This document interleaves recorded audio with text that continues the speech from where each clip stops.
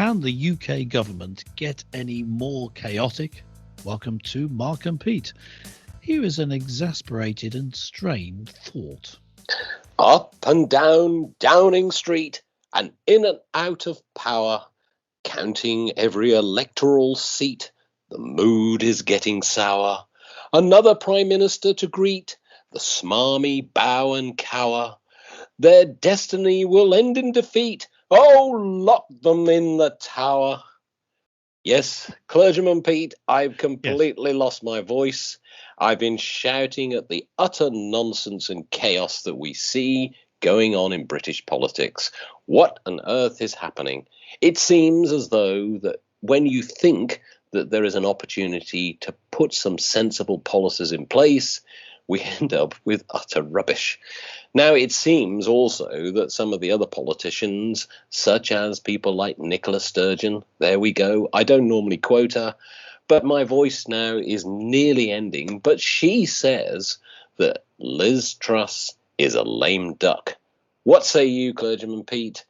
Is the voice of reason completely gone? Yep. The voice of reason has left the building. Yes, businessman Mark. I think what we have here is chaos, to use a polite word for it. Indeed. I think that it's not simply that Liz Truss and Kwasi Kwarteng, her Chancellor, messed up in their presentation of their mini budget as part of the plan, because that would be enough to cause a bit of a blip in the markets and some unkind headlines. What we have here, I would suggest to you, is a coordinated attack, because her policies were not what was wanted by what we might call the permanent state, or the deep state, sometimes called. It was too much of a change, and it wasn't wanted by the power brokers behind the scenes, bankers or influenced by bankers and international businesses. And because of that, Liz Truss had to go. She hasn't gone at the point of recording here, but that's my feeling. I think just looking at what's happened, the only way to explaining is that it was a coordinated attack. Well, I agree, but look, what's the consequence? If you're a business person out there, your business is struggling. The markets are against you. The pound is very, very weak. Now, here's the point as well. And again, I really don't want to put too much emphasis on Sturgeon's comments, but she is right on this occasion that actually the Tories are really the architects of their own downfall, and not resigning by simply getting rid. This is Liz Truss getting rid of her Chancellor, Kwasi Kwarteng, is really admitting that her whole strategy was wrong. So what Nicola Sturgeon has said is this is beyond a joke. So we've now got to the point of farce. So, of course, bringing in Jeremy Hunt as the new Chancellor, what sort of confidence does this give everybody in the markets? Yes. Well, now, for those who aren't familiar with Hunt's CV or resume, he's not been a stellar performer. I mean, even his attempt to become leader of the Conservative Party, he only got 18 other MPs to support him. He wasn't popular then. He has not done well as health secretary, and he's had other positions in the government, other ministerial roles. He's never performed well, and when he's performed badly and it's been noticed, he's blamed other people. He doesn't seem to have that sort of integrity that you would want from a leader, from a prime minister. I'm not saying we had it from others, but even as a chancellor, I don't think he's the sort of person to calm fears. Quite. But what he is biddable. I think he'll do what the bankers and other pressure groups that I've mentioned want, and that's why he's in that position.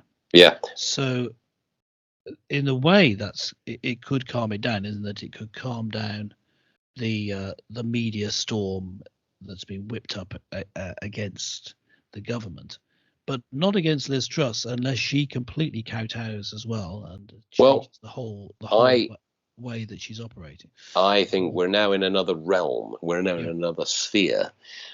Probably in, dare I say, uncharted territory. But this is my suggestion.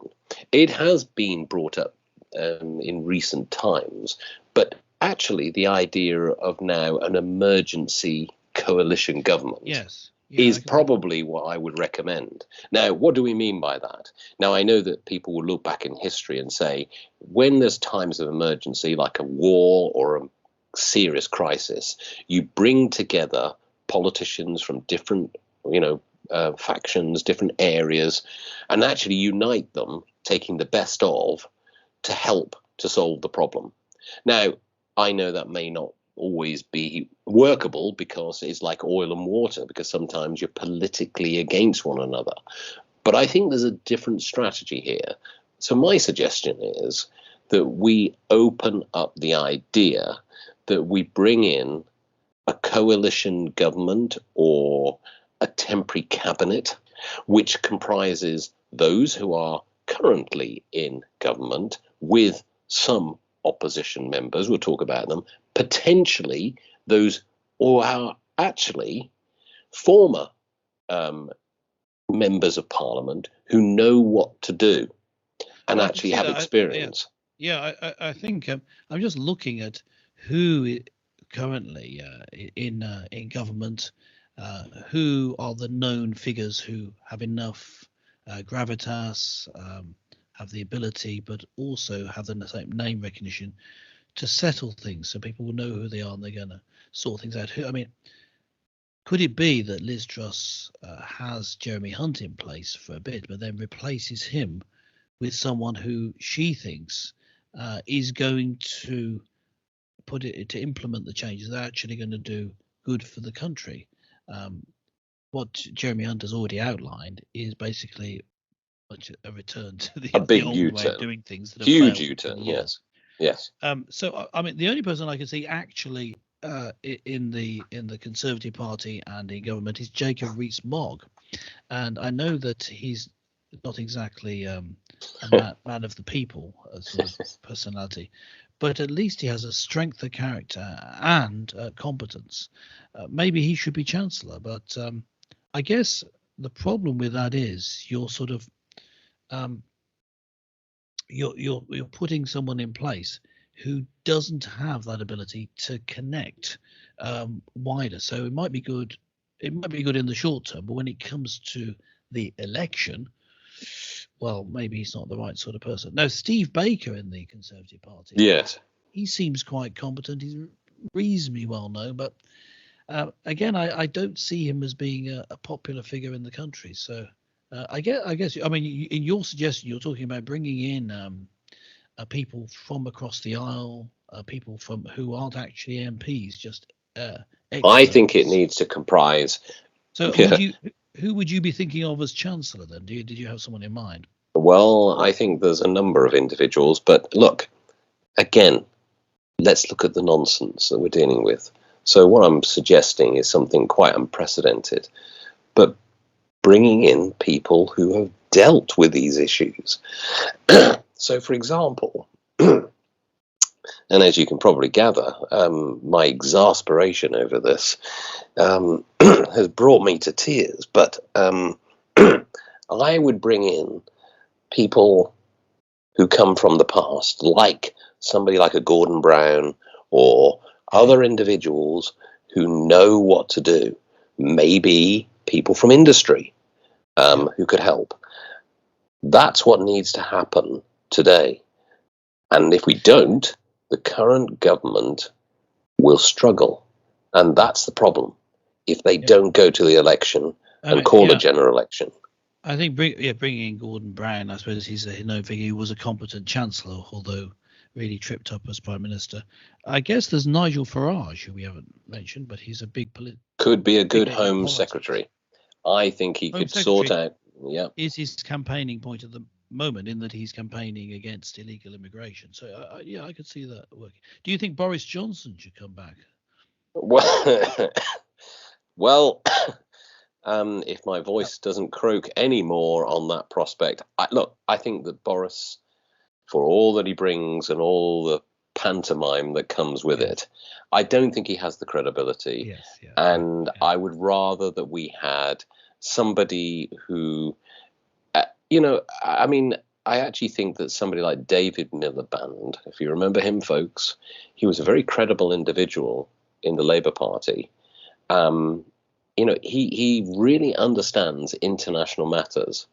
But similarly, again, I do agree that Jacob Rees-Mogg probably could be part of this coalition. Yes. I just but say I don't think that not one of the major roles. He's not, to your point, I don't think he connects with the people in the way that others do. But let's look at what will happen. That's what we think should happen. But I see two possible scenarios playing out. One is that Liz Truss changes tack completely and does a complete about face and does what, say, Rishi Sunak was going to do, her opponent for the leadership.